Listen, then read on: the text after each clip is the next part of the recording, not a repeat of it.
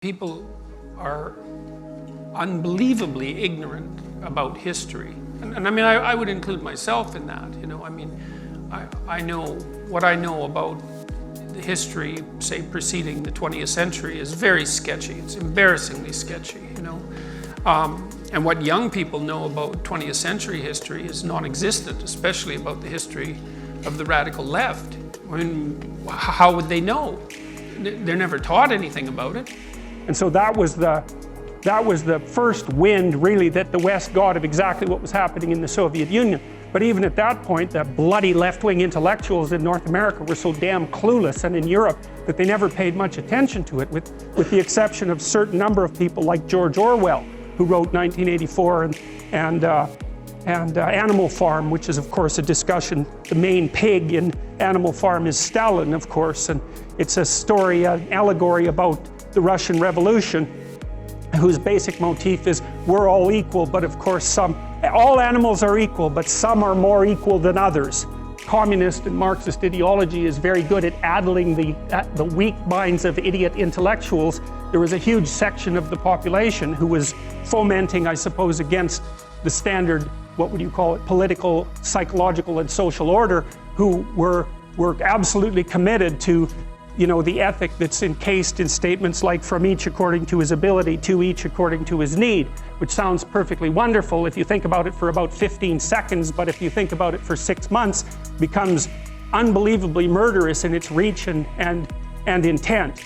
You see, the Western intellectuals tried to make excuses for what had happened in the Soviet Union by blaming it on Stalin's cult of personality, perversion of the original accurate Marxist doctrine. So they basically said, well, had Lenin lived, because he died quite young and was replaced by Stalin, had Lenin lived, the promised utopia would have been delivered. But Solzhenitsyn, being an absolute genius, documented the relationship, number one, between the axioms of Marxist and communist thought and the laws that were generated primarily by Lenin, and the construction of these camps and the dekulakization and all the mass murders. He documented the causal relationship between them and laid them clearly at the feet, not of Stalin, but of Lenin.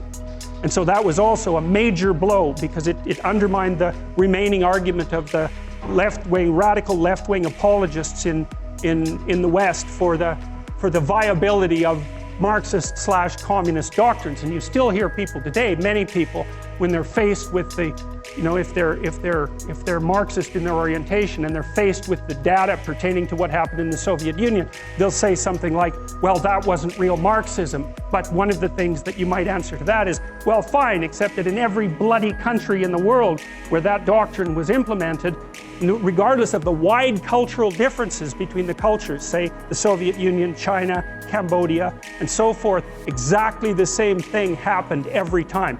Typical British middle-class socialist doesn't like the poor, they just hate the rich.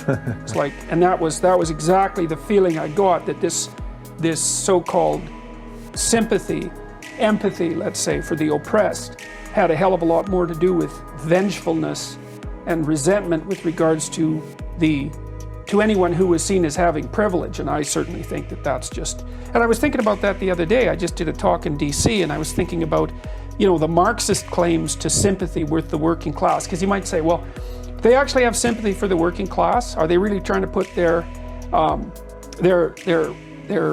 positions forward, their needs forward?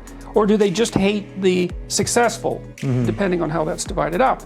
I thought, well, how do you make a judgment like that? And I had this personal experience, but then I thought, well, that's easy with Marxism. It's like, you just look at all the murders, and then you know whether that was a movement that was genuinely motivated by empathy